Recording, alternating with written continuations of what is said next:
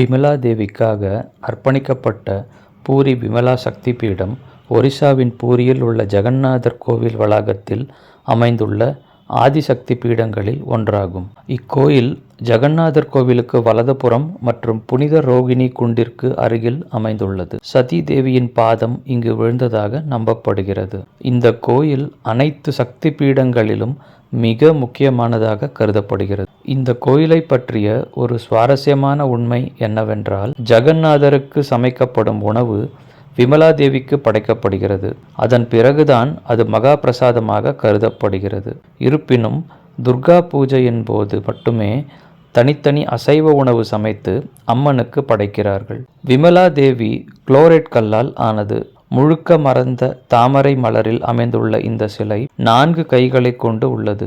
ஒரு கையில் ஜபமாலையும், மறு கையில் பாம்பையும், 3வது கையில் அமிர்த கலசமும், 4வது கை ஆசீர்வாதம் செய்வது போலவும் உள்ளது.